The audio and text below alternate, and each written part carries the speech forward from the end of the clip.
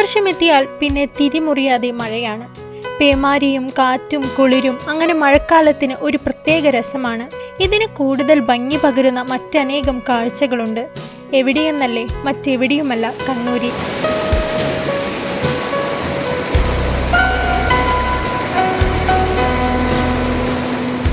മഴക്കാലത്ത് മാത്രം ജനിക്കുന്ന വെള്ളച്ചാട്ടങ്ങളും കുഞ്ഞരുവികളും.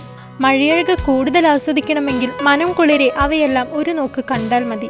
കണ്ണൂരിലെ കാനായ് കാനം, ഹരിതീർത്ഥക്കര, കാരക്കുണ്ട് എന്നീ വെള്ളച്ചാട്ടങ്ങളാണ് വർഷക്കാലത്ത് വിരുന്നൊരുക്കുന്നത്. കാടിന്റെ കുളിരും വെള്ളച്ചാട്ടത്തിന്റെ വശ്യതയുമാണ് കാനായ് കാനത്തെ മുഖ്യ ആകർഷണം. എന്നാൽ ഹരിതീർത്ഥക്കരയാകട്ടെ തെളിനീരുറവ പോലെയാണ്. അപകട സാധ്യതയും കുറവാണ്. കുടുംബത്തോടൊപ്പം എത്തി വെള്ളത്തിലിറങ്ങാം. ഇനി കാരക്കുണ്ട് വെള്ളച്ചാട്ടമാണെങ്കിലോ വിനോദസഞ്ചാരികളെ അത്രയേറെ ആകർഷിച്ച മറ്റൊരിടം വേറെയില്ലെന്ന് പറയാം.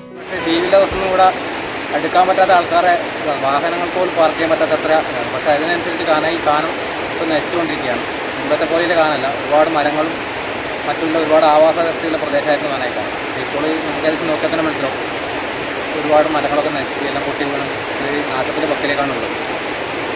എന്നാൽ പിന്നെ ഒന്ന് പ്രകൃതിയുടെ അമിതമായ ചൂഷണം കാനായി കാനത്തെ നല്ല രീതിയിൽ ബാധിച്ചിട്ടുണ്ടെന്നാണ് എൻ്റെ വ്യക്തിപരമായ അഭിപ്രായം.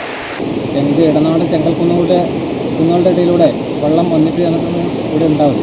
പണ്ടൊരു മുമ്പത്തെ കാലത്തൊക്കെ ഈ വെള്ളം ഒരിക്കലും പറ്റാറുണ്ടായിരുന്നു. ഇപ്പോൾ കടുത്ത വേനലൊക്കെ കാനായി കാനം പറ്റി വരണമെന്നൊരു അവസ്ഥയിലേക്കാണ് കാണാൻ പോകുന്നത്. ഇപ്പോൾ മുമ്പൊക്കെ പറഞ്ഞാൽ ഫുൾ എല്ലാ സമയം ഉണ്ടായിരുന്നു, മെയ് മാസം വരെ ഉണ്ടായിരുന്നു. ഇപ്പോൾ ഏകദേശം മാർച്ച് മാസമാകുമ്പോൾ തന്നെ ഏകദേശം കാണാൻ പറ്റി ചെറിയൊരു നീരുറവ മാത്രമായി മാറുന്ന ഒരു അവസ്ഥയിലേക്കാണ്.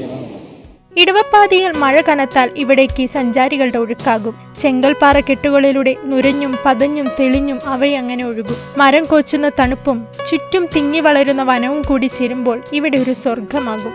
എന്നാൽ മഴക്കാലം ഇടവാങ്ങുന്നതോടെ ഇവയും പതിയെ മെലിഞ്ഞുണങ്ങും.